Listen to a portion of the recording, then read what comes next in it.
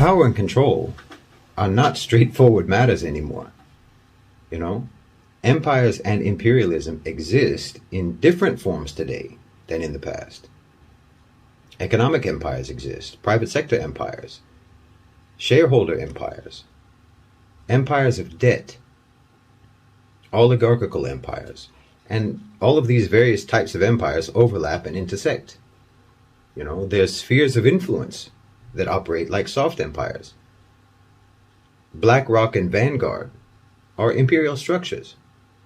These new sort of opaque versions of empire can all occupy the same geographical territories at the same time. And in some cases, or in most cases actually, the governments of those territories are comparatively minor or subordinate management structures in their own lands. The governments are just nodes in a larger power network. It's not the same everywhere, but it's certainly the case in the West. I mean, in the global South, in the developing world, in some Muslim countries, it's less the case.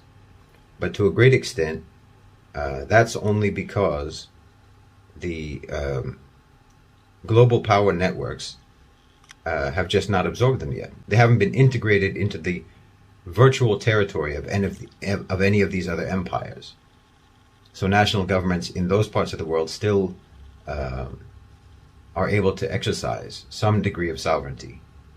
But that's likely to change very soon with the pivot to the global South. You know, BRICS and the redirection of the global economy to the global South means the integration of the Southern Hemisphere into those overlapping, intersecting private sector power networks, those empires. This poses an extraordinarily complicated challenge, and it renders everything that we previously thought about liberation movements, you know, independence movements, revolutions, and so on. It renders all of that completely obsolete. Even ideas about political Islam, Islamic State, Khilafah, and all of that. All of these notions have just become too simplistic in light of modern power dynamics. Today, you have to secure your sovereignty in multiple spheres at the same time against the domination of multiple other imperial powers.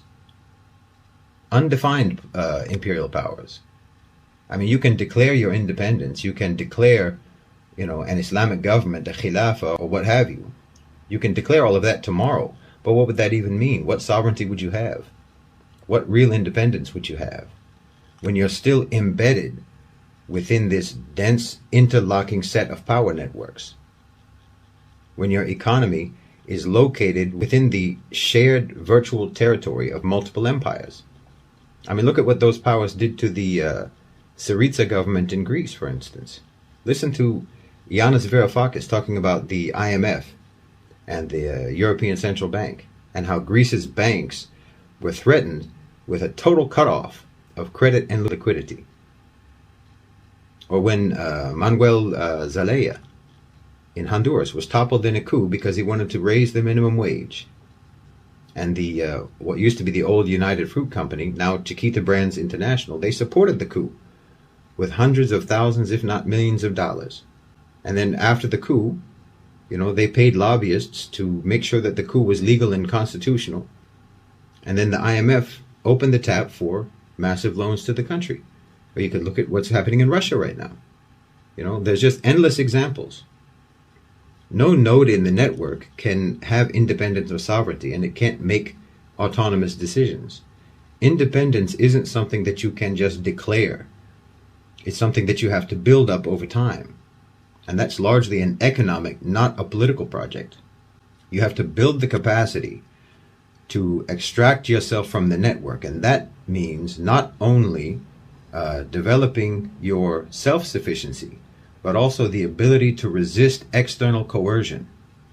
Russia worked on that, and they started to take it very seriously after Crimea, and that's why they're able to even function now under the sanctions. The UAE has also been developing this for a very long time and taking it quite seriously, and they're doing very well with that. This requires incredibly tactful maneuvering within the imperial power networks that you're already in, counterbalancing interests, discreetly and strategically trying to increase your own power without threatening or conflicting with others. It requires a coldly objective assessment of your position in the networks, an assessment of your resources, and your impact on everyone else's interests. No revolution is going to achieve that for you. No jihad, no declaration of independence, no declaration of a khilafah or the enactment of the sharia. Those types of things are all, at this point, empty gestures that will not suddenly make you viable and sovereign. And again, there's just too many examples to go through to prove that. You know, the most neglected aspect of all of this, in my opinion, is the people, and the failure of the people to recognize private sector power as the most and the major controlling force in their lives, which needs to be brought to accountability. The whole direction of political activism, of organizing and so on, in my view, needs to shift from government to the private sector. Look, in Islam, we have understood from day one that leadership, that policy making, governance is all determined. No matter what state structure you have, no matter what sort of government system you have, it's all determined by the highest ranks of influential people in the society. The people that we call the Ahl al-Hal wal-Aqd. The people who tie and untie, the people who connect and disconnect. What you would call the movers and shakers. That has always been the case, and it always will be the case in every society, in every system, everywhere. Because this is just a reality of human society. Some people have more influence than others, and that's the case today. In the West, in the East, in the global South, in the global North, and in the Muslim world. And those people and the institutions that represent them need to be brought into the focus of activism, of lobbying, of campaigning, of pressure, to make them accountable and responsive to the public. That's private sector power. And private sector power is itself embedded in networks of workers and consumers and other stakeholders. But when those networks of consumers and workers and stakeholders are inactive, are complacent, are dormant, or distracted, that is how private sector power is allowed to operate independently, selfishly, and with sovereignty. Because no one is paying attention, and everyone is preoccupied with sort of the official power dynamics instead of the real existing power dynamics. In other words, they're busy thinking about the government and completely overlooking the powers that eclipse governments. Even though there are innumerable ways that the people can impact the private sector more than they can impact the government, they have you focusing on the least important and the least meaningful dimension of the power structure.